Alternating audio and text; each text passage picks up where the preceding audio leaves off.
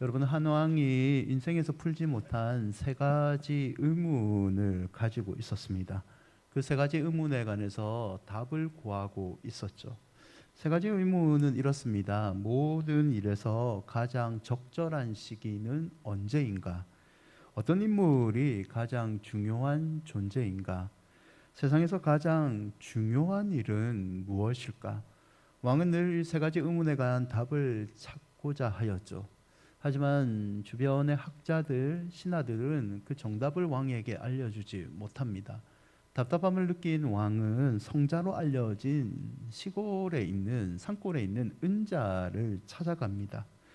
은자에게 세 가지 답을 구하고자 계속 물어봤지만 웬일인지 은자는 대답을 하지 않고 자기의 밭 농사만 계속 짓는 겁니다. 그때 갑자기 숲속에서 피투성이가 된 청년 한 명이 달려놉니다. 왕은 자기의 옷을 찢어서 이 청년의 상처를 싸매주고 정성껏 돌봐줍니다. 자세히 보니까 이 청년은 왕에게 원한을 품고 있었던 신하였습니다.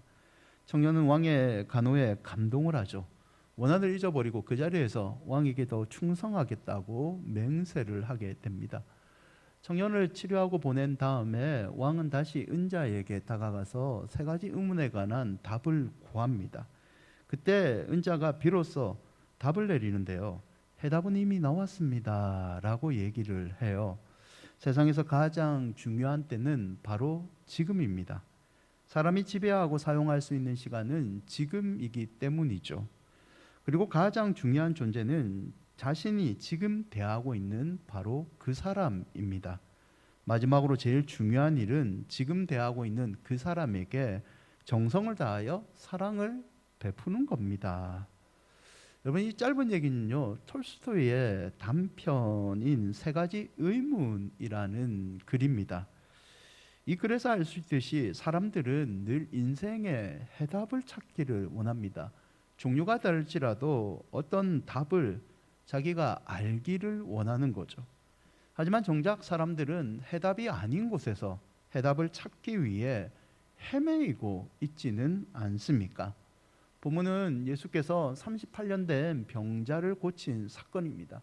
이 사건은 예수님이 베푸신 네 번째 기적 가운데 이루어진 거고요. 요한복음 5장 2절을 보시면 베데스다라는 연못에서 이루어집니다. 베데스다는 예루살렘의 양문이라는 문의 곁에 있는 연못입니다. 양문은 느헤미야 3장 1절을 보시면 느헤미야가 성벽 재건 공사 과정에서 세웠던 망대문, 분문, 업문, 그리고 양문, 이런 문들 가운데 하나이죠. 분문이라는 것은 쓰레기와 오물을 버리는 곳이고, 샘문은 실로암으로 연결되는 문입니다. 어문은 생선이 들어오고 양문은 북쪽에 있는데요. 이 양문을 통과하면 성전의 뜰입니다. 양문은 말 그대로 양과 염소, 이 제물을 바치는 것들이 통하는 문이죠. 그래서 이 양문에서는요, 제사에 필요한 희생 제물을 파는 일종의 시장과 같은 역할을 하고 있습니다. 이 양문 곁에는 베데스다라는 연못이 있습니다. 베데스다 한 번쯤 들어보셨죠? 조금 아프신 분들 돌보고 어르신들을 돌보는 주변의 베데스다의 집이라는 것들 가끔씩 보셨죠? 베데스다는 베이트, 집과 헤세드, 은혜의 집, 자비의 집이라는 뜻을 갖고 있습니다. 5장 3절에 보면 양문 곁에 베데스다 연못에는 늘 병자들이 모여 있습니다. 병자들이 이렇게 많이 모여 있는 이유는 전설 때문이에요. 이스라엘은 겨울에 비가 오고 그 비가 석회암에 된 땅으로 스며듭니다. 그리고 여름에 조금씩 이 스며든 땅의 물이 뿜어놓는 현상이 있습니다. 이 간헐천과 같은 베데스다 연못에도요, 가끔씩 물이 뿜어놓는 현상이 있습니다. 근데 이때 물이 뿜어놓을 때 병자가 먼저 들어가면 그 사람 병과 상관없이 무조건 낫는다라는 전설이 있습니다. 5장 4절에도 표현이 되어 있는데요, 이는 천사가 가끔 연못에 내려와 물을 움직이게 하는데 움직인 후에 먼저 들어가는 자는 어떤 병에 걸리든지 낫게 됨이니라. 간헐천에 물이 나오는 이 현상을 천사가 내려와서 그 물을 움직이게 만들었다라고 사람들은 믿었죠. 그래서 물이 움직이는 물이 동할 때 가장 먼저 들어가면 어떤 병이든지 낫는다라는 전설을 가지고 있습니다. 병을 고치기 위해서요, 의사도 포기하고 많은 사람들 포기한 사람들이 모여 있습니다. 소경이 모여 있고 절뚝발이들이 모여 있고 혈기 마른 자들이 물이 움직일 동할 때까지 기다리고 있죠. 여러분, 그런데 여기서 우리는 한 가지 모순성을 발견할 수 있습니다. 베데스다에 모여 있는 사람들은요, 거의 난치병입니다. 혼자서는 움직일 수 없는 사람들이에요. 그래서 예수님과 대화를 하면서 38년 병자도 누군가 나를 못에 데려다 주지 않았기 때문에 나는 늘 먼저 못 들어갔다라는 표현을 쓰죠. 이 사람들은요, 앞을 못 보는 소경이고 제대로 걸을 수 없는 절름발이고 혈기가 마르다. 혈기가 마른다는 것은 중풍병자입니다. 누구의 도움 없이는 절대 못 가는 사람들이죠. 어떤 병에 걸리든지 낫는다 해도 최소한 성경에 언급된 사람은 낫기 어려운 사람들입니다. 이들이 가장 못에 들어가는 방법은 사람들의 도움을 안 받을 때 병이 나은 상태여야 됩니다. 자기가 온전한 육신을 가져야지 못에 제일 빨리 들어갈 수가 있죠. 문제는 이 병 나을 가능성이 없는 사람들이죠. 여러분, 베데스다의 연못에 낫기를 원하는 사람들의 모습에서 우리는 마치 해답을 없는 곳에서 정답을 찾기 위해서 헤매이는 우리 인생의 모습을 조금 발견할 수 있습니다. 베데스다는 은혜의 집이죠. 은혜. 이 말은, 은혜라는 것은 우리 삶에서 필요한데 은혜라는 단어 자체는 우리의 노력과는 상관이 없는 겁니다. 우리가 할 수 없는 것이 어떤 신의 도움으로 이루어지는 것을 우리는 은혜라고 표현을 하지 않습니까? 하나님의 섭리가 은혜인데 베데스다 목가에 이 사람들은 하나님의 은혜를 바라는 것이 아니라 자신의 노력, 다른 사람의 도움을 기다리고 있는 거죠. 우리의 신앙 모습에 이런 모습이 있다는 겁니다. 아무것도 할 수 없고 내 힘으로 할 수도 없고 다른 사람의 도움도 청해봤지만 해결이 안 됨에도 불구하고, 그러면 정답은 하나님의 은혜밖에 없는데 하나님의 은혜를 구하기는커녕 더 자신을 의지하고 사람의 도움을 간절히 바라는 우리의 연약한 모습과 비슷하다는 거죠. 요한복음 5장 6절인데요. 함께 읽어볼까요? 예수께서 그 누우신 것을 보시고 병이 벌써 오래된 줄 아시고 이르시되 내가 낫고자 하는. 예수님은 병자에게 여러분 필요한 딱 한마디를 물어봅니다. 내가 낫고자 하느냐? 그럼 뭐라고 대답하면 됩니까? 낫기를 원합니다. 이렇게 얘기를 하면 되죠. 근데 5장 7절을 보십시오. 병자는 다른 말을 합니다. 병자가 대답하되 주여 물이 움직일 때에 나를 못에 넣어주는 사람이 없어 내가 가는 동안에 다른 사람이 먼저 내려갔나이다. 낫고자 하느냐? 낫기를 원합니다. 이 말이 아니라 병자는 예수님의 말과 상관없이 자기의 방식을 그대로 얘기합니다. 자기가 고치는 방법은 다른 사람이 나를 넣어줘야 됩니다. 근데 나는 이때까지 다른 사람이 나를 도와주지 않아서 먼저 가지 못했습니다. 철저하게 은혜의 존재이신 예수님이 있음에도 불구하고 자기의 방법을 고수하고 있는 거죠. 여러분, 우리의 문제는 오직 하나님만이 해결할 수 있습니다. 아멘. 성도는 이 은혜에 순종하는 자입니다. 자신의 방법과 경험을 고집하는 것이 아니라 때로는 내 방법과 경험이 맞을지라도 하나님의 은혜를 먼저 구하는 자가 성도인 거죠. 여러분이 하나님의 은혜를 더욱더 철저히 의지하시기를 축원드립니다. 민수기 13장 1절과 3절에 보면요, 우리가 잘 아는 가나안을 정탐한 사람들의 이야기가 나옵니다. 이스라엘은 하나님의 약속한 가나안 땅에 도착을 하죠. 가나안 땅에 입성을 하기 전에 정탐꾼을 보냅니다. 12명을 보내는데요, 이 12명은 각 지파의 젊은 지도자들입니다. 신뢰할 수 있는 사람들이죠. 이들이 보고를 했는데요, 31절과 34절에 보면 이들 중에 10명은 이렇게 얘기합니다. 그들은 우리보다 강합니다. 우리 힘듭니다. 끝절에 가면 자신들을 메뚜기라는 표현을 씁니다. 여러분, 가나안 땅은 하나님의 은혜로 온 땅입니다. 하나님께서 약속하셨고 하나님께서 이 가나안 땅에 가기 위해서 이스라엘을 아말렉 군대로부터 물리치시고 때로는 홍해를 갈라주시고 먹을 것이 없으면 만나와 메추라기를 기적적으로 내려주셔서 먹였습니다.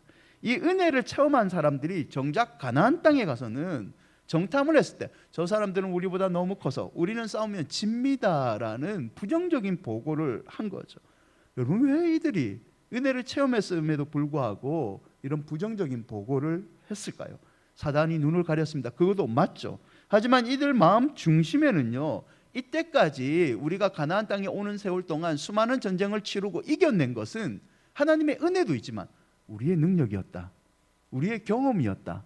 내 경험과 내 능력에 비추어 봤을 때는 아낙 조선들은 이길 수 없다. 두려움에 쌓여서 하나님을 원망한 거죠. 은혜를 체험했음에도 은혜보다 자기의 방식을 더 고수했던 모습입니다. 여러분, 민수기 13장 30절을 보시죠. 그러나 나머지 두 사람 갈렙과 여호수아는 다른 반응을 보이는데요. 모세 앞에서 백성을 조용히 하고 이르되 우리가 곧 올라가서 그 땅을 취하자 능히 이기리라 하나. 10명과 다른 얘기를 하죠. 여러분, 갈렙과 여호수아가요 10명과 다른 곳을 정탐하지는 않았습니다. 12명이 같이 이동하면서 같은 곳, 같은 것을 정탐을 했죠.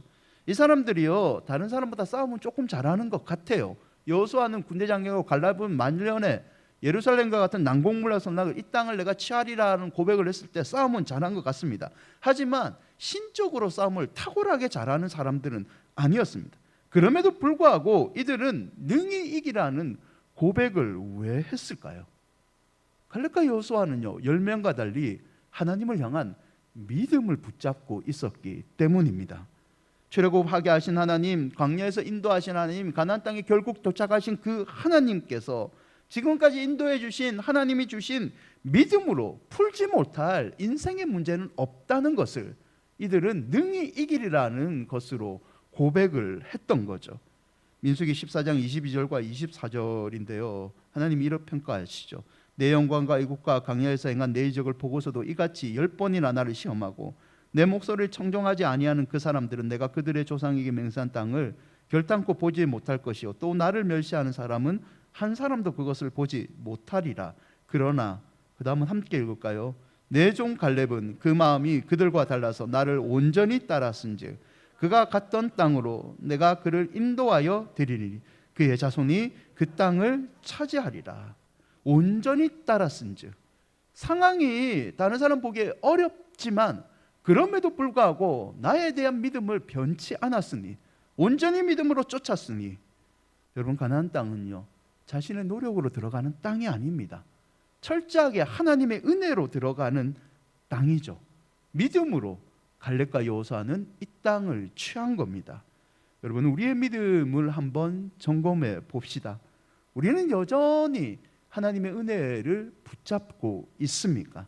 하나님을 의지하는데 한 번, 두 번 의지하는 것이 아니라 매 순간 의지하는 게 은혜를 의지하는 건데, 우리는 지금도 하나님의 은혜가 없이는 살 수 없는 그런 연약한 존재라는 것을 인정하고 계십니까? 여러분이 하나님의 은혜를 의지하여 하나님이 주시는 평안을 누리시기를 축원드립니다. 그럼 본문에서 우리가 의지해야 될 이 하나님은 어떤 분일까요? 두 가지로 예수님은 보여주시는데요. 첫째는요, 먼저 알고 계시는 하나님이십니다. 5장 6절에 보면 예수께서 병자를 누워있는 것을 보시고 병이 오래된 줄을 아시고라는 표현이 있습니다.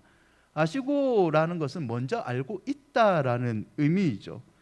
병자가 내가 얼마나 오랫동안 어려움을 당한 줄 아십니까? 나는 이런 병이 있습니다라고 말하기 전에 예수님은 알고 있었다는 표현입니다. 그래서 예수님은 병자에게 물은 첫 마디가 네 병이 어떤 병이냐 이렇게 묻지 아니하시고 네가 낫고자 하느냐라고 물어보신 거죠.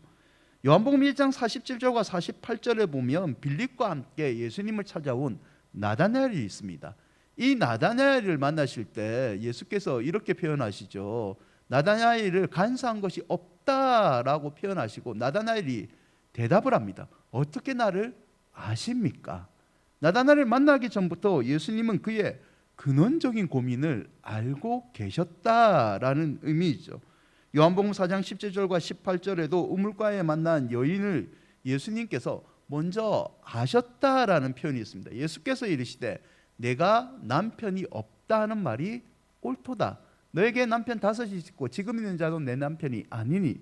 여자가 수많은 결혼을 했지만 여러 번 결혼했지만 근원적인 영혼의 목마름에 대해서 고민하고 있었던 것을 예수님이 알고 계셨다라는 표현입니다. 여러분, 예수님을 비롯한 성삼위 하나님은요, 우리의 모든 것을 알고 계시는 분입니다. 아멘. 하나님이 여러분을 창조하지 않았습니까? 그러면 하나님은 우리의 고민, 우리가 어떤 죄로 허덕이고 있는지 이미 알고 계신다는 거죠. 그래서 모든 것을 알고 계시는 하나님은 우리가 스스로 정답이라고 외치기보다 정답을 찾기 위해 자신 앞에 나와 기도하기를 원하고 계신 거죠. 시편 51편 17절인데요. 함께 읽어볼까요? 하나님께서 구하시는 제사는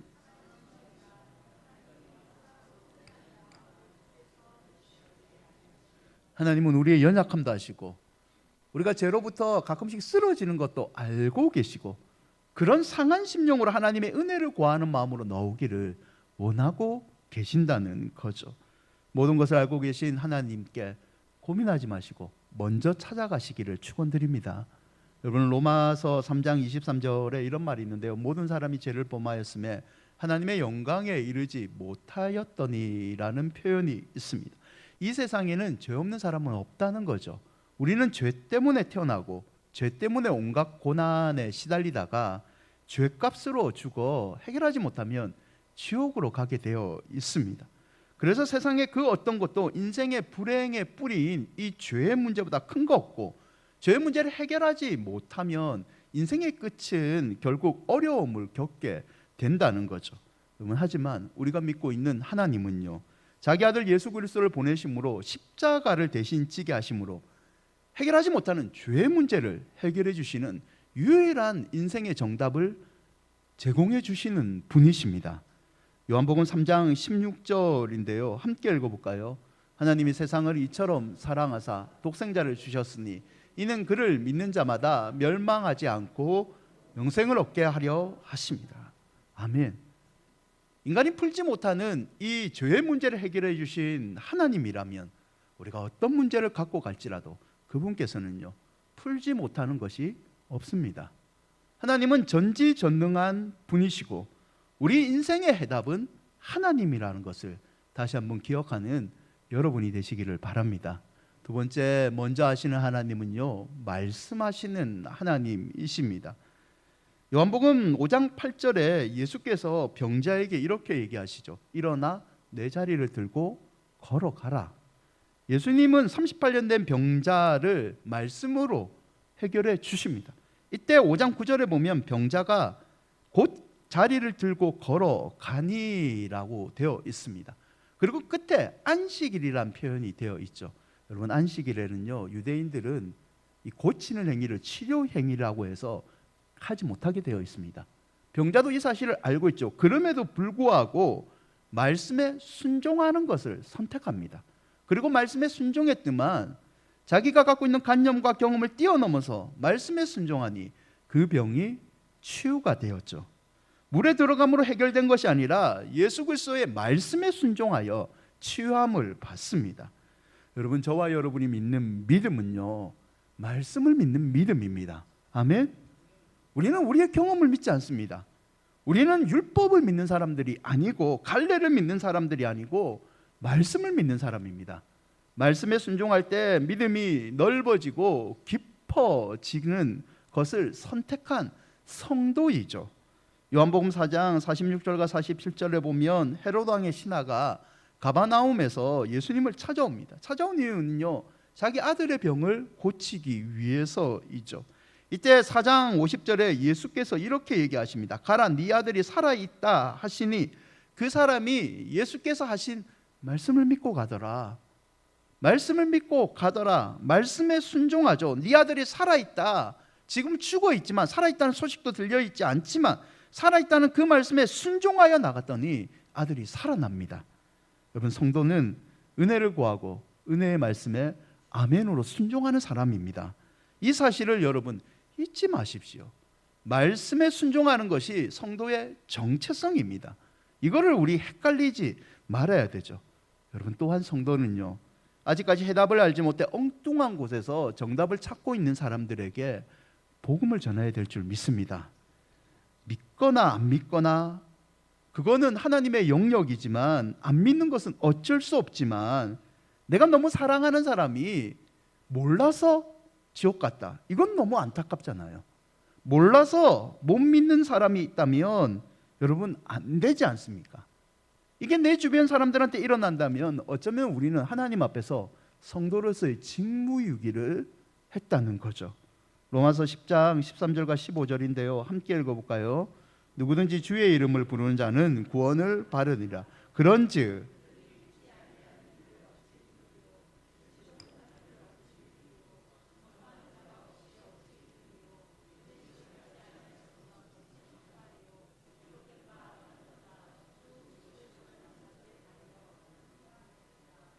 정답을 찾지 못해 헤매는 사람들이 의외로 많고, 의외로 여러분 바로 옆에 있습니다. 그분들에게 인생의 정답인 예수 그리스도를, 그 예수 그리스도를 만날 수 있는 기회를 이번에 꼭 전해주시기를 축원드립니다. 말씀을 맺고자 합니다. 이런 글이 있더라고요. 1년의 진정한 가치를 알려면 수능에 실패한 학생에게 물어봐라. 그리고 연달아서 이렇게 적혀 있더라고요.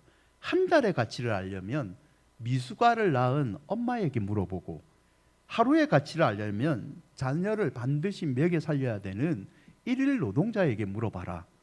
한 시간의 가치를 알려면 만날 시간을 기다리는 연인들에게 물어보고, 1분의 가치를 알려면 막 기차를 놓친 사람에게 물어봐라. 1초의 가치를 알려면 사고에서 구조된 사람에게 물어보고, 1000분의 1초의 가치를 알려면 금메달을 놓친 은메달을 딴 사람에게 물어봐라. 여러분, 그렇다면 인생의 가치는 누구에게 물어봐야 됩니까? 여러분, 인생의 가치는요, 하나님께 물어보면 됩니다. 하나님께 나아가셔서 하나님의 말씀에 순종하면 그분께서 우리 인생의 문제를 가르쳐 주십니다. 필립 멜랑크튼이라는 사람이 이런 말을 했는데요. 문제와 난처한 일은 우리가 기도하도록 몰고 가며, 기도는 문제와 난처한 일을 몰아냅니다. 여러분, 기도의 중요성이 있는데요. 어떤 목사님이 이 글을 인용하면서 참 도전되는 말씀을 하시더라고요. 기도는 인생의 문제를 해결할 마지막 방법이 아닙니다. 기도는 인생의 문제를 해결할 수 있는 가장 좋은 방법입니다. 저는 설교를 준비하면서 이 목사님의 이 인용구에 도전을 받았습니다. 여러분, 저조차도 기도를 인생 문제의 마지막 수단으로 생각하고 있습니다. 하지만 기도는 인생의 문제를 해결하는 마지막 수단이 아니라 하나님께서 우리에게 주신 가장 좋은 방법입니다. 그러므로 여러분, 문제가 생길 때는 고민하지 마시고 하나님께서 허락해 주신 이 기도의 가장 좋은 방법으로 하나님께 나아가 하나님의 말씀으로 해결하시기를 바랍니다. 그렇게 하면 하나님은 문제를 해결할 수 있는 지혜도 주시고, 문제를 해결하는 데 도움을 되는 사람도 만나게 해 주실 줄 믿습니다. 여러분, 기억하십시오. 믿음으로 풀지 못하는 것은 없습니다. 우리 하나님이 위대하시고 하나님이 천지를 창조하셨기 때문에 하나님이 주시는 믿음으로 우리는 모든 문제를 해결할 수 있는 성도입니다. 아무쪼록 하나님을 믿는 이 믿음으로 모든 문제로부터 자유함을 누리시기를 주의 이름으로 축원드립니다.